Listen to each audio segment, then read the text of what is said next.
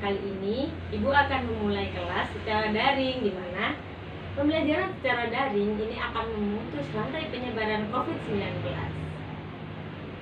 Ya, lalu Ibu akan mengabsen kalian satu persatu.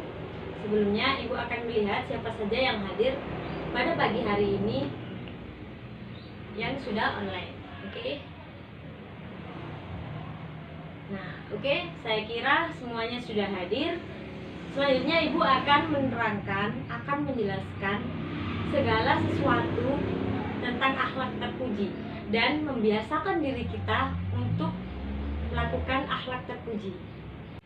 Nah, kali ini Ibu akan menjelaskan tentang membiasakan akhlak terpuji. Ada apa saja akhlak yang terpuji? Di sini Ibu akan menjelaskan tentang akhlak berpakaian, akhlak berhias, akhlak di perjalanan, akhlak bertamu, dan juga akhlak menerima tamu. Baik, kita lanjut ya. Yang pertama adalah akhlak berpakaian.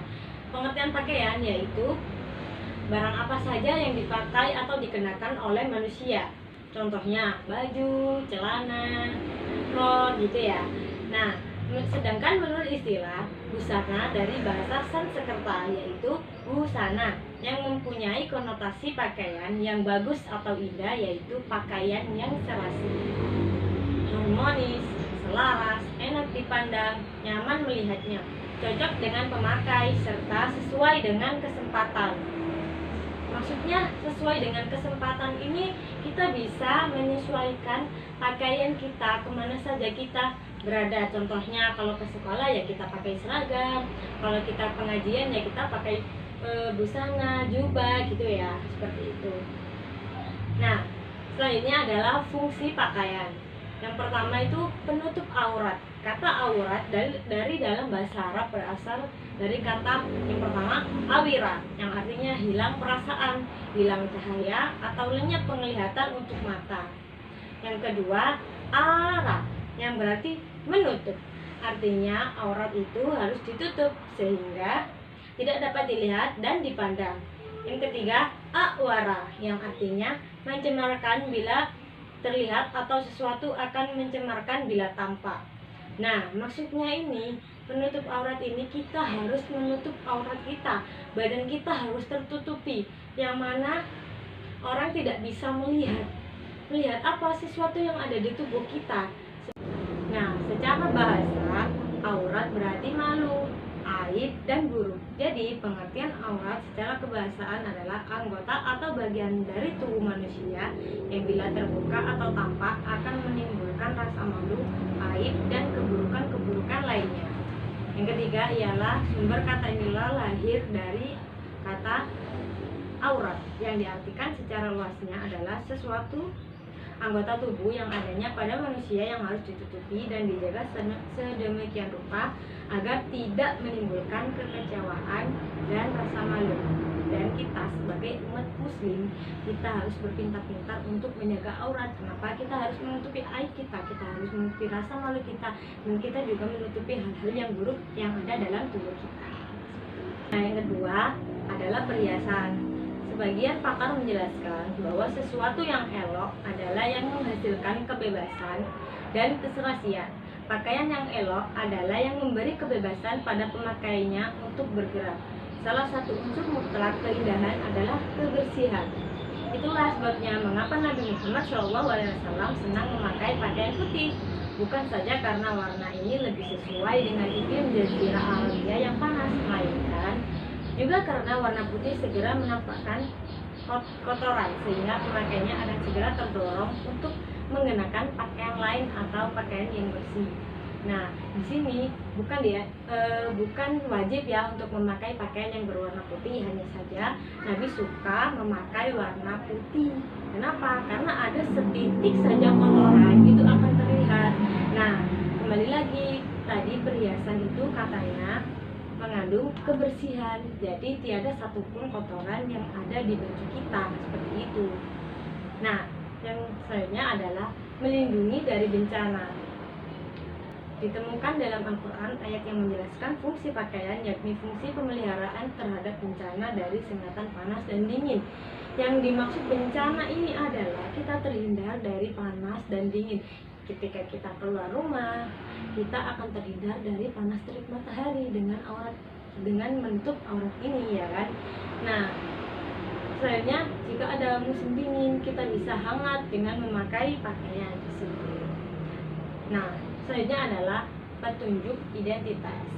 Identitas atau kepribadian adalah sesuatu hal yang menggambarkan eksistensinya sekaligus membedakannya dari yang lain. Rasulullah SAW amat menekankan pentingnya penampilan identitas muslim antara lain melalui pakaian. Karena itu Rasulullah melarang laki-laki yang memakai pakaian perempuan dan perempuan yang memakai pakaian laki-laki.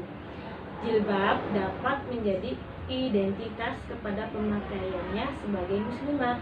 Jadi jilbab itu sebagai identitas muslimah. Jadi Rasulullah menyuruh umatnya untuk memakai jilbab, itu khusus pada wanita atau perempuan, dan laki-laki tidak memakai jilbab. Kenapa? Karena jilbab ini adalah sekaligus pembeda dan identitas ini laki-laki atau perempuan. Jadi siapapun yang memakai jilbab itu berarti perempuan. Sedangkan jika ada orang yang laki-laki memakai jilbab, itu sangat dilaknat sekali oleh Allah. Nah, selanjutnya adalah batas aurat. Ulama bersepakat menyangkut kewajiban berpakaian sehingga aurat tertutup. Hanya saja mereka berbeda-beda pendapat tentang batas aurat itu, bagian mana dari tubuh manusia yang harus selalu ditutup. Batas aurat laki-laki yaitu mulai dari pusar sampai lutut, ya. Nah, untuk batas perempuan ini seluruh tubuh kecuali wajah dan telapak tangan. Ada berpakaian disunatkan memakai pakaian pantas, serasi, rapi, dan bersih.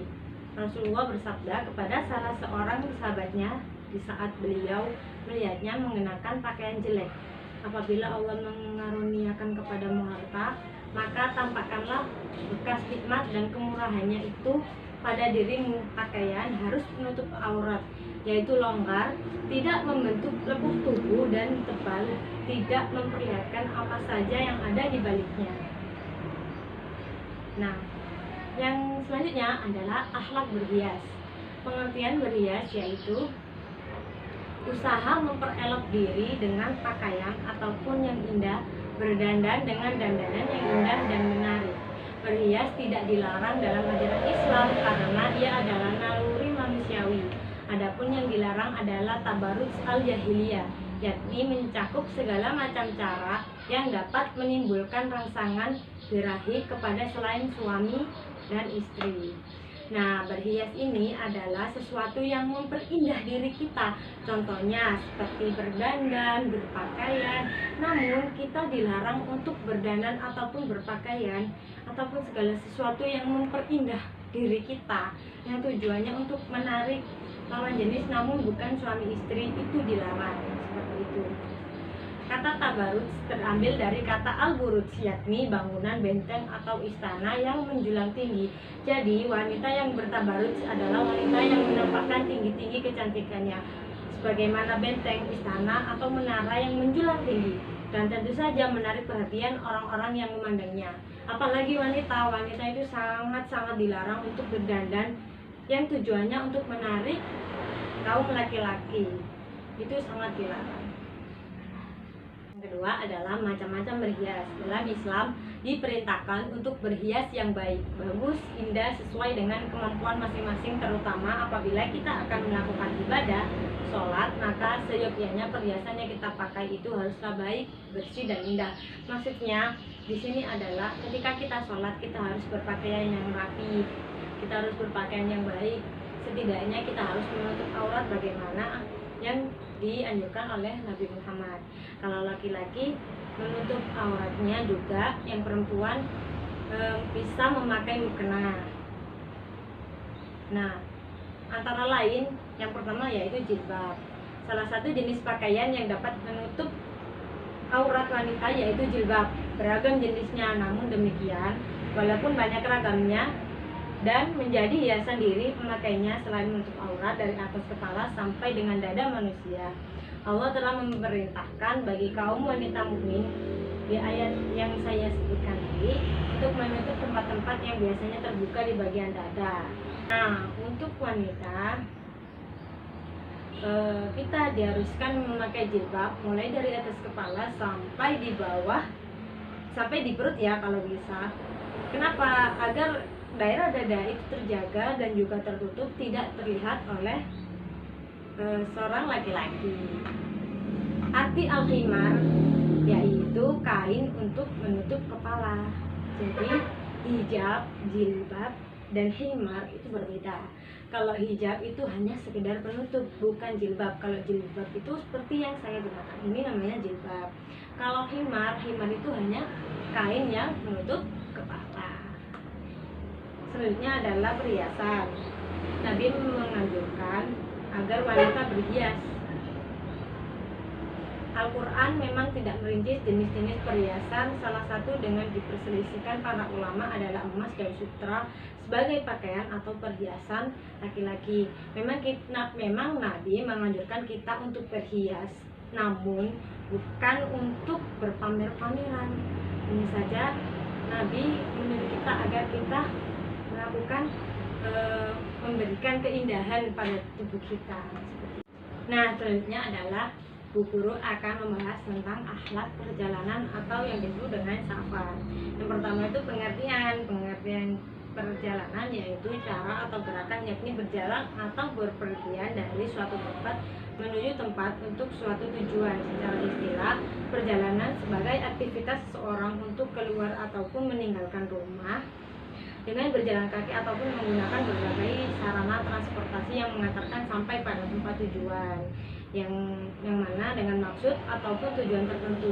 Jadi yang dimaksud dengan perjalanan ini, kita keluar rumah, aktivitas kita keluar rumah kemanapun kita tuju, dengan apapun kita menungganginya, jalan kaki ataupun menggunakan sarana transportasi lainnya, itu disebut dengan perjalanan. Selanjutnya adalah akhlak bertamu. Bertamu adalah berkunjung ke rumah orang lain dalam rangka mempererat silaturahim. Bertamu tentu ada maksud dan tujuannya, antara lain menjenguk orang yang sakit, ngobrol biasa, membicarakan bisnis, membicarakan masalah keluarga, dan sebagainya. Tujuan utama bertamu menurut Islam adalah menyambung persaudaraan atau silaturahim. Silaturahim tidak hanya bagi saudara sedara atau senasab, tapi juga saudara seiman. Nah, ketika bertamu, yang pertama adalah meminta izin masuk maksimal sebanyak 3 kali. Jadi kita harus salam terlebih dahulu, ketuk pintu itu maksimal sebanyak 3 kali. Yang kedua yaitu berpakaian dengan rapi dan pantas. Sebagaimana yang tadi dikatakan, kita harus berpakaian yang indah, rapi, dan pantas ketika kita bertamu. Selanjutnya adalah memberi isyarat dan salam ketika datang. Seperti yang pertama tadi ya. Yang selanjutnya yaitu jangan mengintip ke dalam rumah walaupun kalian telah mengetuk pintu beberapa kali, maksimal hanya 3 kali tadi yang saya katakan ya. 3 kali itu jangan sampai kalian mengintip rumah. Nah, selanjutnya adalah saya menerangkan tentang akhlak menerima tamu. Menerima tamu ini diartikan sebagai seorang yang kedatangan orang untuk bertamu. Nah, etika untuk menerima tamu yang pertama adalah seperti yang tadi ya, berpakaian dengan yang pantas. Selanjutnya menerima tamu dengan sikap yang baik. Jangan sampai kalian menerima tamu, ngapain kamu kesini gitu, sehingga orang yang mau bertamu ini merasakan tersinggung. Tidak enak kalau ke rumah kalian seperti itu. Jangan sampai kalian bersikap yang tidak baik. Selanjutnya adalah menjamu tamu sesuai kemampuan dan tidak perlu mengada-adakan. Jika kalian punyanya teh hangat, keluarkan teh hangat. Jika kalian punyanya air putih, keluarkan saja air putih. Jadi jangan sampai kalian mengada-adakan sampai kalian meminjam-minjam kepada tetangga-tetangga kalian. Jika kalau tidak ada, ya sudah, apalah daya, bicara saja nggak apa-apa. Nah, selanjutnya adalah lama waktu. Sesuai dengan hak tamu, kewajiban memuliakan tamu adalah 3 hari termasuk hari istimewanya. Selebihnya dari waktu itu adalah sedekah baginya. Jadi kalau kita menerima tamu itu paling lama itu 3 hari. Dan jika lebih dari 3 hari itu berarti sedekah untuk tamu tersebut. Nah, yang selanjutnya adalah antarkan sampai ke pintu halaman jika tamu pulang. Jika ada tamu pulang, kita harus mengantarkannya sampai pintu. Kita harus melihatnya sampai ia beranjak dari rumah kita. Selanjutnya adalah wanita yang sendirian di rumah dilarang menerima tamu laki-laki masuk ke dalam rumahnya tanpa izin suaminya. Ini tadi seperti adab yang berterima tamu, ya. Adab bertamu yang tadi, kita sebagai laki-laki kita tidak boleh bertamu jika tuan rumahnya adalah wanita. Nah, sebaliknya, jika kita menerima tamu, jika kita wanita, kita dilarang menerima tamu seorang laki-laki, apalagi tanpa seizin suaminya. Nah, yang selanjutnya adalah hikmah berakhlak menerima tamu. Setiap muslim telah diikat oleh suatu tata aturan supaya hidup bertetangga dan bersahabat dengan orang lain, sekalipun berbeda agama atau suku. Nah, dengan menerima tamu ini kita juga mempererat tali silaturahim antara muslim yang satu dengan muslim yang lainnya. Seperti itu. Saya kira dengan penjelasan yang saya utarakan kepada kalian tadi, kalian mengerti apa yang saya jelaskan. Jika ada pertanyaan, silakan kalian bertanya. Sebelum saya mengakhiri dan menutup perjumpaan kelas kita kali ini, saya akan memberikan tugas, yaitu di buku paket halaman 80, silakan dikerjakan. Untuk ada siapapun yang bertanya, silakan kalian japri sama saya. Silakan kalian bertanya pribadi kepada saya. Sebelumnya saya minta maaf jika ada kekurangan dari saya menjelaskan tadi. Saya berterima kasih karena kalian sudah menerimanya dengan baik. Dengan itu kita akhiri pertemuan kita kali ini. Terima kasih dan wassalamualaikum warahmatullahi wabarakatuh.